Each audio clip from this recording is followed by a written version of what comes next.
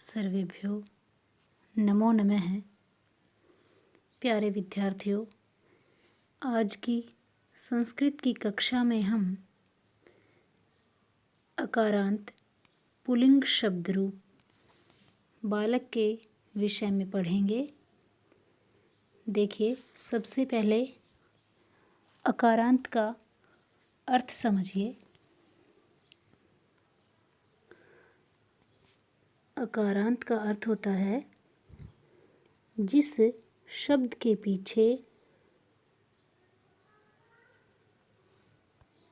ए की आवाज़ आए। ए। अब देखिए, शब्द है हमारे पास बालक। बाल है कै। अगर हम कै को देखेंगे तो कै को अलग करेंगे तो एक बनेगा क और ए। क और ऐसे मिलके कै बनता है। तो अंत में बालक के अंत में किसकी आवाज़ आ रही है? ए की। तो अतः बालक शब्द जो है वो क्या है? अकारांत। ए मतलब आकार, आकार अंत, जिसके अंत में, जिसके आखिर में ए है वो एकारांत होते हैं। यहाँ हम अकारांत पुल्लिंग शब्द रूप पढ़ेंगे क्योंकि बालक जो है वो पुल्लिंग शब्द है। बालक का स्त्रीलिंग शब्द होगा बालिका। बालिका को अगर हम देखते हैं तो बालिका कै में क्या है? अंत में आ। तो ये क्या है? आकारांत, जो हम आगे की कक्षाओं में पढ़ेंगे। आज हम पढ़ रहे हैं एकारांत पुल्लिंग शब्द रूप। देखिए बेटा, शब्द रूप पढ़ने से पहले हमें विभक्ति, कारक और कारक चिन्ह इनका ज्ञान होना जरूरी है। आप देखेंगे विभक्ति प्रथमा, द्वितीया, तृतीया, चतुर्थी, पंचमी, षष्ठी, सप्तमी और ये अंत में संबोधन। शब्द रूप जब भी हम पढ़ते हैं संज्ञा शब्दों के शब्द रूप, तो वहाँ 7 विभक्तियाँ होती है और अंतिम 8वें नंबर पे संबोधन होता है। संबोधन का अर्थ होता है किसी को बोलना, किसी को संबोधित करके, एड्रेस करके, किसी हम एक पर्टिकुलर पर्सन को, एक या एक से अधिक को हम बोल रहे हैं। जैसे हम कहेंगे अरे राम, हे राम, अरे राम, इस तरीके से। ठीक है। अब देखिए, प्रथमा विभक्ति जो है उसमें कारक होता है कर्ता, और कर्ता कारक का चिन्ह क्या है? यहाँ पे कर्ता का चिन्ह है कर्ता ने। कर्ता ने कर्म को, कर्ता ने कर्म को करण से, संप्रदान के लिए, अपादान से अलग होना। अब देखिए, अपादान जो है, अपादान को देखिए, अपादान से अलग होना, और यहाँ करण में भी से आया है और अपादान में भी से। तो यहाँ कर्ण में जो से है वो किसी चीज़ से कि उससे, वस्तु के अर्थ में होता है। और यहाँ पे है अपादान से, पेड़ से पत्ता अलग होने के अर्थ में है कि पेड़ से पत्ता अलग हो रहा है। पहले पत्ता किस पे होता है? वृक्ष पे, और उससे अलग हो गया। उस स्थिति में हम ये अपादान पंचमी विभक्ति का प्रयोग करते हैं। षष्ठी में संबंध होता है जो कारक में नहीं आता, लेकिन ये शब्द रूप में आता है का के की के अर्थ के रूप में, और रा रे री। इसके बाद देखिए अधिकरण। अधिकरण में चिन्ह होता है में पर। मैंने आपको पीछे के जो पाठ हैं कक्षा 5वीं और 6ठी दोनों में ही बताया है। जैसे आपको बताया था, शब्द के अंत में यदि ए की और छोटे ऊ की अगर अधिकरण के सामने हम चलते हैं तो हमें शब्द रूप में लाइन दिख रही है, बाल के, बाल कयो हो, बाल केशु। शब्द के अंत में ए की आवाज़ आई, कै में ए, और अंत में छोटे ऊ की आवाज़, और बीच में द्विवचन के लिए ओ की आवाज़ आ जाएगी। ठीक है। तो आप देखेंगे ए और ऊ, शब्द के अंत में ए और ऊ आया तो मैंने आपको बताया था सप्तमी विभक्ति होगी। तो आप देख रहे हैं जैसे विभक्ति कौन सी है, सप्तमी। अधिकरण कारक मैंने आपको बताया था पाठ 1 में, दोनों कक्षाओं में, जिसका चिन्ह बताया था में और पर। ठीक है, तो वृक्षेषु पेड़ पर, पेड़ों पर। ठीक है, बालके, यहाँ शब्द है बालके बालकयोः, बालकेषु, बालके, बालक में या बालक पर। ठीक है, अब हम इसको इस तरीके से कारक चिन्ह को कभी भी जब हम शब्द रूप पढ़ते हैं तो शब्द रूप को 1 2 3 बालकः बालकम बालकिन इस तरीके से हम नहीं पढ़ेंगे। शब्द रूप की प्रथमा विभक्ति होती है इस तरह। देखिए, इस पूरी लाइन को हम ऐसे याद करेंगे।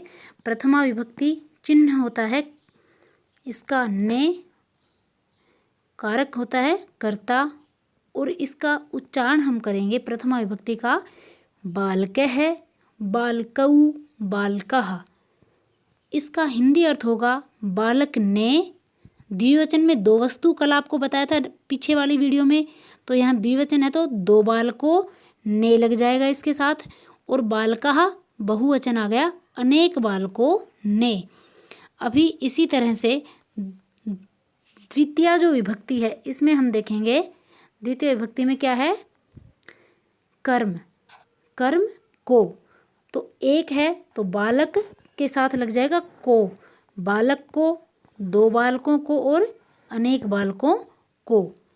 तृतीय विभक्ति में हम देखेंगे कर्ण कारक है जिसका चिन्ह है से, और जब हम शब्द रूप पढ़ेंगे तो देखेंगे बालकेन बालकाभ्याम बालकैः।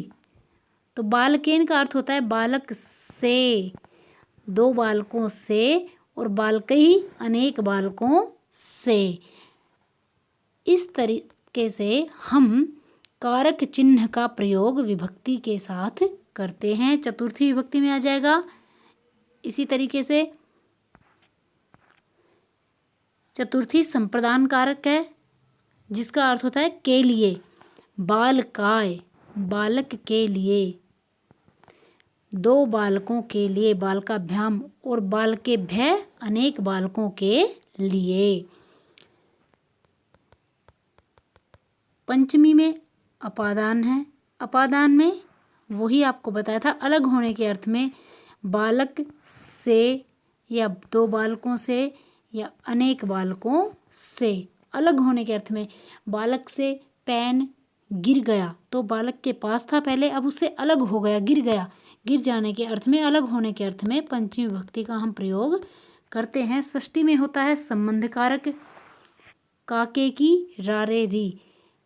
अब बालकस्य का अर्थ होगा बालक का पिता, बालक के पिता या बालक की माता, 2 बालकों के पिता माता और अनेक बालकों के। काके की इनके अर्थ में आ जाता है, रारे री रे रेस्ट होता है। इसके बाद देखेंगे सप्तमी, आपको अभी भी बताया था। सप्तमी में होता है अधिकरण, अधिकरण में पर, तो बालक में या बालक पर, 2 बालकों में या 2 बालकों पर, और अनेक बालकों में या अनेक बालकों पर। इसके अर्थ में जब हम प्रयोग करते हैं। इसी तरह से संबोधन है। हे बालक का अर्थ होता है एक बालक को जब हम संबोधन करें, हे बालक भी कह सकते हैं, अरे बालक भी कह सकते हैं संस्कृत में, या भो बालक भी कह सकते हैं। इसी तरह हम दो बालकों को अगर हम बोल रहे हैं तो हे बालकौ या अरे बालकौ या भो बालकौ, इस तरीके से।